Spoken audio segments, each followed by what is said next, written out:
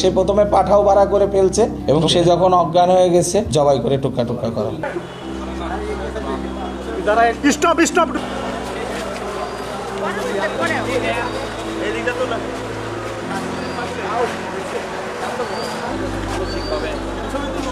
গতকাল খুব ভোরে শিল্পপতি জসিমউদ্দিন মাসুদের লাশ পাওয়া যায় ব্রিজের কাছে, কাশপুর ব্রিজের কাছে পূর্বাচলে 7 খণ্ড লাশ পাওয়া যায়।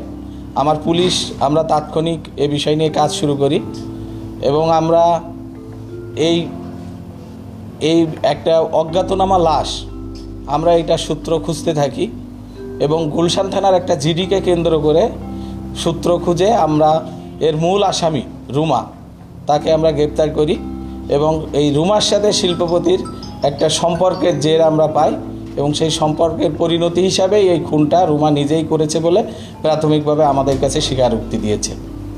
এর সাথে আরও যারা জড়িত আছে তাদেরকেও আমরা আইনের আওতায় এবং গ্রেপ্তারের চেষ্টা অব্যাহত আছে এবং সবচেয়ে বড় বিষয় হলো যে একটা আইডেন্টিফাইড 7 খণ্ড লাশের যে আসামি আমার পুলিশ অতি দ্রুততার সাথে 24 ঘন্টার মধ্যেই আমরা গ্রেপ্তার করতে সক্ষম হয়েছি।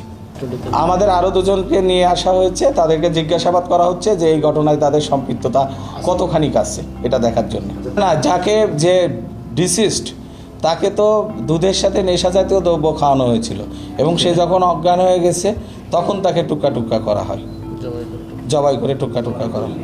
হ্যাঁ, ওই মহিলাই ফেলছে এবং সে বিভিন্ন সময় ফেলছে। সে প্রথমে পাঠাও ভাড়া করে ফেলছে, তারপরে আবার অন্য সময় একটা সিএনজি ভাড়া করে বাকি অংশ অন্যদিকে ফেলছে।